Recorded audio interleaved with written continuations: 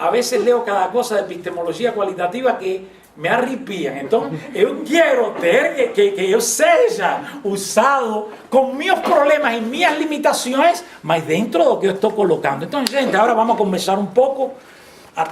Bueno, vamos a ver cómo va a conversa. Esto es como una pesquisa. Si a conversa va bien, el resto de mis ideas van a conversa. Si a conversa llega un momento que se fatiga, yo fecho con las ideas que quería conversar de construcción de información. Yo pienso que eso es muy importante.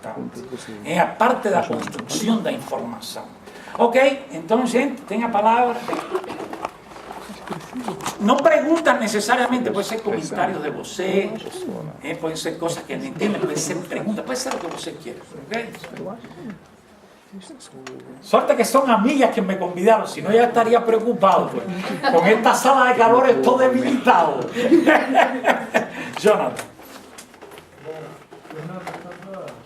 Jonathan, mas você é meu aluno, você tem tempo com a equipe da gente sempre. Vamos deixar os que não são alunos, as pessoas que por primeira vez estão escutando esto. Não é que eu queira silenciar a meus alunos, vão ter a palavra também. Mas vamos deixar primeiro as pessoas que por primeira vez me veem. Vamos aí. Sim. Professor, eu queria usar esse último exemplo que o senhor deu. Sim. O senhor se sente incomodado quando as pessoas fazem apropriações indevidas do seu texto? Não tanto como incomodado, mas me arrepio. Sim. E eu imagino assim, que muitas vezes os participantes de uma pesquisa sintam a mesma coisa. Quando leem certos trabalhos científicos. Correto. Que aquele processo não reflete os significados que talvez eles gostariam de ver naquela produção. Mas esse é outro problema. Então, correto. Como é que a gente garante, digamos assim, a qualidade desse processo construtivo da pesquisa, para que não seja qualquer interpretação? Não, para isso está a metodologia. Isso é o que eu vou falar. Eu gostaria que o senhor falasse mais sobre isso. E por que não lhe perguntaste a Freud? Porque primeiro que mete umas interpretações que não tem argumentação foi Freud, portanto era genial de qualquer forma. O sea, que isso está na história da psicologia. Mas eu te vou responder. Olha, nunca o significado que você gera vai ser validado pelo outro. Porque o que você me está falando a mim entra em um sistema de significado que não é o que você usa. Então, portanto, você não acompanha isso. Agora, a nível da ciência, o que você tem que considerar quando você interpreta e constrói é uma categoria que eu defino, que possivelmente não devia ter colocado esse nome, indicador. Você está falando comigo, eu pego uma peça de tua fala e é um indicador a partir do qual eu abro uma hipótese. Por exemplo, vamos supor que eu esteja trabalhando família e você conversa comigo e eu vejo que o lugar dos filhos, que você atribui aos filhos na sua narrativa, não é o mesmo lugar que você atribui a seu esposo. Isso tem um valor. Esse valor não se legitima apenas por esse momento da fala. Eu pego todos os outros instrumentos que eu usei na pesquisa e vejo como aparece tratada a figura de seu esposo dentro de todos os contextos relacionais que você desenvolve, seu pai, seu filho, colegas, que tipo de experiências transitam. E aí eu faço uma interpretação.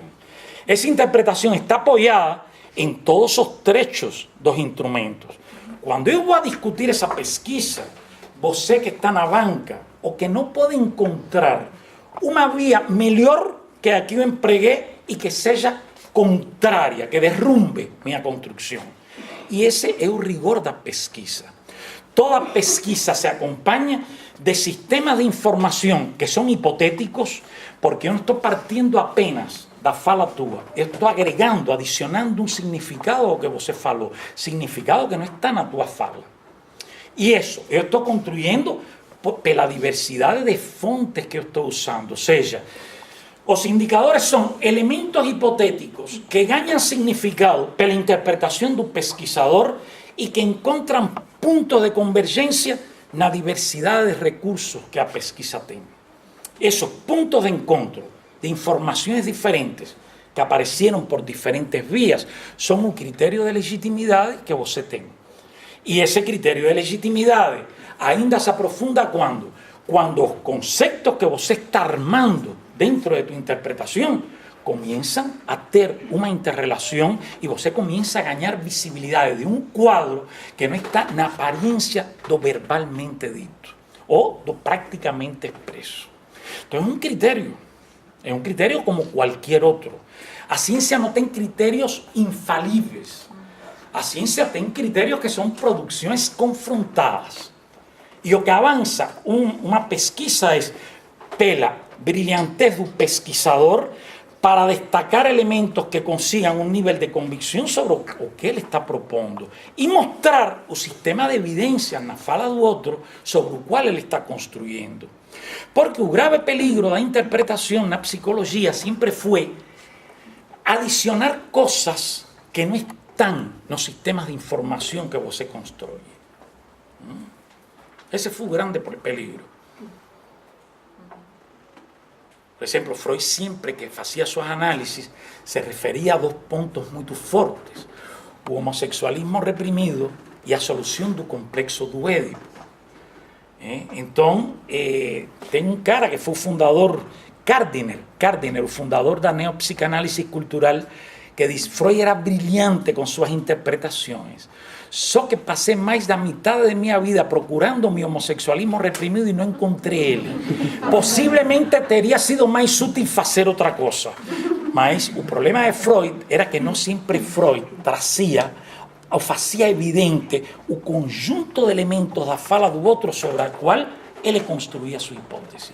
Essa tensão, esse jogo entre a interpretação, a informação disponível e a afirmação teórica, em Freud teve alguns pontos muito especulativos. Además, Freud não desenvolveu uma metodologia, ele interpretava intuitivamente. Claro, a partir dos pilares de sua teoria. Compreende? Então, essa é a explanação que eu posso te dar. Isso é válido para qualquer tipo de pesquisa, incluindo a experimental. O sea, pesquisa experimental no es más que destacar un sistema de información que toma valor inductivo y que se separa arbitrariamente de otras informaciones que concorren. O acto do investigador es un acto humano, por tanto un acto imperfecto. A producción de saber, si fuese perfecta, fuese universal. Por eso es que la ciencia es histórica. Por eso es que la ciencia muda. Por eso es que no tiene ningún sistema teórico que tenga tenido valor atemporal. No existe. Y claro, no tiene ningún sistema teórico que tenga sido validado por los sistemas que está siendo construido. Os átomos no falan, se salvó Einstein.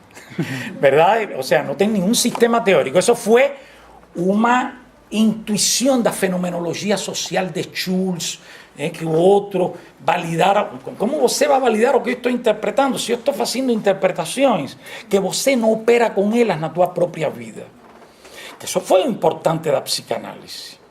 O sea, a psicanálise construiu interpretações que não coincidiam com o racional do sujeito, porque lembra que nós não somos o sujeito cristalino do humanismo, nós sempre estamos assujeitados como pessoas, e somos sujeitos em tanto conseguimos confrontar-nos, subvertir, gerar alternativas frente aos sistemas normativos que nos tentam aprisionar. O sea, os processos institucionais são normativos, a ciência é normativa. Para você criar, você tem que tensionar os sistemas normativos.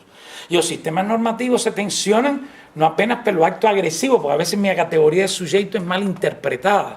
Quando eu falo abrir um espaço de subjetivação alternativo, pode ser no silêncio. Ou seja, você está falando comigo, eu estou em silêncio, mas eu estou pensando, puxa, mas que pessoa tão prepotente, que pessoa tão... Lembra os acontecimentos políticos da Europa del Este. Ceausescu em Rumania, nunca ninguém tinha criticado ele publicamente. Um dia, estava falando em uma concentração de milhões de pessoas, um cara gritou, abaixo o tirano, se acabou o sistema. Portanto, muita gente estava pensando, esse plano imaginário da produção do acto é tão subversivo quanto o plano explícito do comportamento. Essas são coisas que eu não falei nunca nos meus livros, mas nas discussões me chegam. Uma pessoa que faz uma pergunta, bueno, e o silêncio, claro que o silêncio é subversivo, ou pode ser subversivo, não sempre é, mas antes do acto, ou seja, a mulher que está pensando se divorciar, ela não se divorcia de hoje para amanhã, o marido pode estar felizão da vida aí ao lado dela, e ela está cerceando o chão do cara, e quando o cara sentou, pum, se acabou o problema, mas isso leva um processo de imaginação, de criação, de elaboração. Sim. Deixa eu pegar esse exemplo seu para trazer um ponto aqui novamente, que você tinha... eu achei ótimo, eu nunca tinha ouvido você contando essa história, né, da construção do teu pensamento como pesquisador e Quando a gente se vai ponendo velha, gosta de falar de sua história. O que para mim foi de novidade foi exatamente esse diálogo e esse caminho seu pela fenomenologia e os argumentos pelos quais você se sentiu insatisfeito num determinado momento de ficar afiliado, né, com a produção que já estava crescendo em metodologia qualitativa, vindo da sociologia de base fenomenológica, e começa a construir um caminho próprio, né? E aí pensar sobre isso foi interessante para mim, porque eu não vejo hoje, lendo o teu material, enfim, pensando junto com ele, eu não vejo essa tensão explícita, digamos assim, entre as suas ideias e a fenomenologia. E considero, aí é uma trajetória minha, acho que o pensamento fenomenológico ele ainda continua se mantendo vivo e útil, digamos assim, como instrumento de pensamento, exatamente por ele favorecer um olhar para o sincrônico, para o momento do fenômeno, para a emergência, até para aquilo que vai ser o material de análise da microgênese, por exemplo, ou da microanálise, fora de um olhar estruturalista, por exemplo, que vai fazer essa tensão entre o diacrônico e o sincrônico, tá? E aí quando você traz esse exemplo, né, de repente tá uma população imensa lá ouvindo o cara falar, e de repente um que levanta e grita, né, é um fenômeno, é um momento, né? E aí eu queria falar isso, né? Como é que tá, você poderia falar um pouquinho dessa relação entre o teu pensamento hoje e o diálogo, se é que existe, com a fenomenologia? Olha, um dos pontos de confrontação que eu tenho hoje com o mundo anglo-saxão na interpretação de Vygotsky é a influência da fenomenologia em Vygotsky. Porque Speth, que foi professor de Vygotsky, aliás foi quien levou a Vygotsky o tema da cultura de um fenomenólogo que morreu fusilado por Stalin no 1937. E Kurt Lewin, que também tinha grande influência em Vygotsky, também foi um fenomenólogo. Só que falar de fenomenólogo sempre tem que colocar aspas. Por exemplo, teve uma colega, inclusive você, que participou de uma atividade comigo, e disse: e como você coloca isso se seu orientador é um férreo crítico da fenomenologia? Eu falei: olha, eu não posso ser assim um férreo crítico porque as filosofias não são tijolos. Eu sou um férreo crítico do Husserl da indução. Sou um defensor do Husserl da vontade. Sou um férreo crítico da interpretação instrumental que tem tomado a fenomenologia, porque a psicologia, todo o que assimila, o torna instrumento. E a fenomenologia não é um instrumento. Mas se vocês estão vendo, por exemplo, eu cito muito Merleau-Ponty. O planteamento construtivo interpretativo está em Merleau-Ponty. Compreende? Está. Só que eu tento uma colocação metodológica no plano concreto da psicologia que a fenomenologia como filosofia não me dá. Igual que não me dá um método dialético. Primeiro, que coisa é um método dialético? Que é o que mais colocou do concreto ao abstracto, do abstracto ao concreto pensado? Esse é um fundamento epistemológico. A dialética é muito mais uma forma de pensar o pensamento no processo da contradição, produzindo, que um método que tem etapas, como se tem caricaturizado um método dialético. Então, o ponto que eu levanto, Cláudia, e que eu não tenho escrito, mas que estou pensando é, quando nós nos apoiamos numa filosofia estabelecida para defender uma posição particular na psicologia, não é assumir a filosofia e trazer, é desenvolver que fundamenta o vínculo. E em que aspectos dessa filosofia? Porque eu gosto de falar para meus alunos, a filosofia é um bicho de 7 cabeças. ou mais. O Dewey é usado pela psicologia cognitiva para caracterizar o caráter instrumental da função. Porém, o Dewey é um dos primeiros que diz que a cognição passa pelo afecto e que dessa combinação, a cognição é inseparável da imaginação. Isso é uma riqueza tremenda, isso eu tenho citado a Dewey. Então, aos jovens, o que eu sempre lhes falo é, não se acomodem nos jargões da filosofia. Por exemplo, eu tenho muita diferença com o construcionismo social. É a forma em que todo virou prática discursiva e se subestimam processos complexos do sujeito concreto, a imaginação, a criatividade, etc. Então, o construcionismo, a gente fala, não, porque é parte de Foucault, mas de que Foucault? Porque Foucault é outro bicho de 8 cabeças, compreende? Então agora eu retomei a Arqueologia do Saber, que é um livro-chave, um momento de ruptura, onde Foucault fundamenta a ideia do discurso como prática. E me estou sentindo na minha praia, porque estou vendo o conceito meu de configuração subjetiva, que ele não usa, mas estou vendo que sua lógica acompanha essa forma de pensar, que é isso que tu colocas. Ou seja, para mim, a subjetividade humana sempre se está configurando, tanto social como individual, no contexto em que acontece o ato. Não tem um a priori que explique o ato. Que esse é um aspecto da fenomenologia importante. Agora, por outra parte, me separo da fenomenologia, ou dos autores que eu tenho trabalhado mais, em que a fenomenologia não me permite uma articulação clara de como opera o sistema social como sistema complexo dentro da configuração desse sujeito individual e vice-versa. Porque minha colocação é o sujeito, nós como pessoas, não como sujeito, como pessoa, somos parte sempre de uma trama social. Todas as teorias sociais excluíram o sujeito individual. Moscovici, Gergen, esse tem sido um problema. Mas eu não tenho nenhum preconceito. Eu já quero aproveitar. A gente combinou aqui que as professoras iam deixar o povo falar, mas a gente não consegue. Eu quero já aproveitar duas coisas, sabe, Fernando? Uma é essa vertente da filiação, né? É muito interessante quando você coloca, é algo que a gente tem discutido muito da disciplina, é algo que esse preconceito, esse a priori não deve ser um véu, mas por outro lado não deve descaracterizar algumas filiações. E é em função dessas filiações que você consegue, inclusive, você Fernando, separar dentre as influências o que lhe é mais ou menos útil, o que lhe é mais ou menos, o que lhe faz sentido.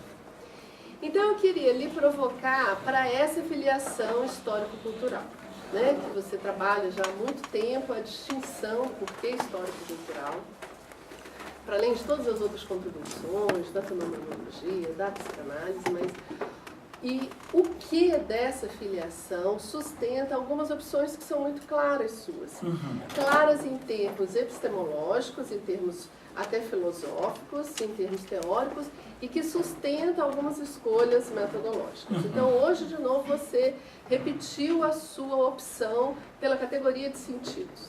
Sim, né? Sentidos subjetivos. Isso. Eu não falei ainda de configuração e sentido, vai entrar agora. E aí eu queria muito te escutar assim, no que essa filiação histórico-cultural sustenta essa escolha pelos sentidos, que nos instrumentaliza a olhar para esse cenário, né, subjetivado, esse cenário social que você teoriza, também de um outro lugar. Então essa é uma questão teórica que eu gostaria de te ouvir. E uma outra questão, mais da ordem metodológica, qual é o arsenal, né? Qual é o aparato, qual é essa grande confluência de instrumental que favorece, não acho que garante, né? Que responde a gente, os pesquisadores querem muito garantir alguma coisa, a gente... né? Temos que separar-nos dessa ideia. Né? A garantia escapa, mas que sustenta essa capturação de diversas facetas do fenômeno, tendo em consideração o sentido histórico-cultural, mas também como a construção das informações num cenário de subjetividade social pode ser indicador da pesquisa qualitativa. Como construir informações, levando em consideração cenários cada vez mais complexos de subjetividade social, não é uma entrevista única, né? Correto. Entendendo até que essa entrevista, mesmo que a gente converse unicamente com o sujeito, ele está sendo perpassado nos contextos complexos cada vez mais. Então, como que isso, sustentado pelo conceito, pelos conceitos, né, que você defende, subjetividade individual, mas também social, que é mais complexo ainda, que instrumental. Correto. Bem, vamos começar pelos sentidos. Ok.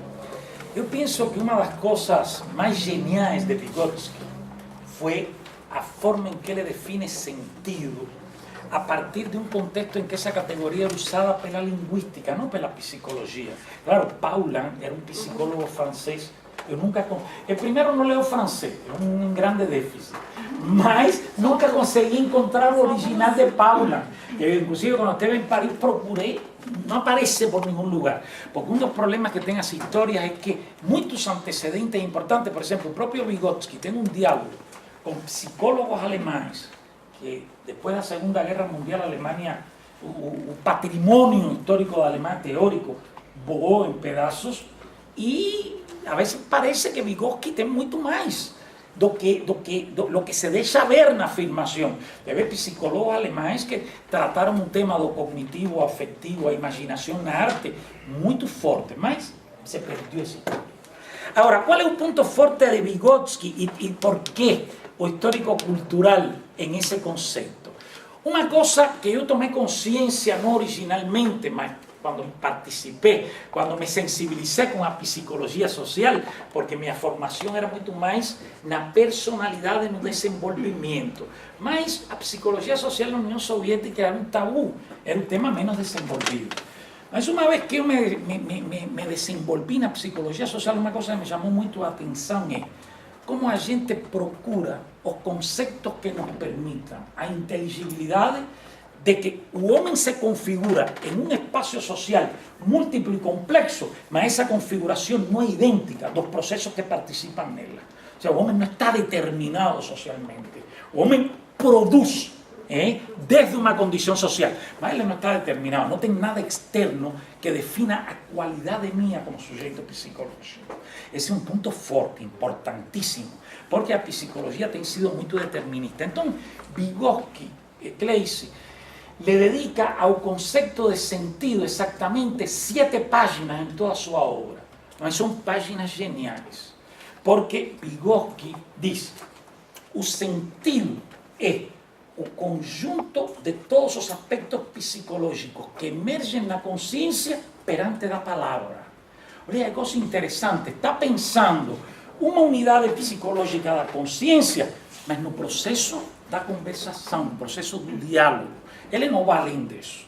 Agora, eu leio a Vygotsky muito, e estudei lá e só enxerguei o conceito sentido nos primeiros anos da década de 90. Enxerguei o conceito, me fez sentido a mim. Mas aí, Vygotsky tenta, através da categoria sentido, criar uma nova unidade psicológica para entender a consciência, donde não esteja atrapada apenas no intrapsíquico. Que essa unidade tenha vida intrapsíquica e, simultaneamente, vida relacional, conceito limitado que Vygotsky ainda tinha de relação, através da linguagem. No desenvolvimento dos meus trabalhos, e isto também a fenomenologia tem uma grande influência, porque me leu Pontillo su sentido, de uma forma também muito interessante, eu falo, mas o sentido não é o conjunto de elementos que aparecem, que se organizam na consciência, na emergência da palavra, é algo mais complexo. E, aliás, não podemos pensar o sentido como unidade do cognitivo e afetivo, que era um tema que eu defendi muito nos meus primeiros trabalhos. Não, a unidade é entre o simbólico e o emocional, que é muito mais amplo que o cognitivo, porque o simbólico é uma produção do sujeito. O cognitivo sempre passa por um processamento de informação, o simbólico não. Quando eu gero um significado, esse significado tem caráter simbólico, não cognitivo, porque o significado não é apenas decorrente do que eu estou vendo, que me permite significar, é o produto das ideias que emergem e começam a darle forma ao que eu vejo. Então, por aí, a categoria sentido subjetivo toma para mim um grande valor. Por quê? Porque a unidade em que eu sinto que a multiplicidade complexa do ser social aparece na mente humana. Ou seja, meu sentido subjetivo aparece a raça, o gênero, o poder, a política, meu pai, aparece todo, mas em formas simbólico-emocionais que estão para além do significado explícito. E por isso eu falo então de configuração subjetiva, ou seja, e aqui Bakhtin tem uma grande influência, porque Bakhtin dizia, o sentido não tem nem princípio nem fim, um sentido sempre se desdobra em um novo sentido.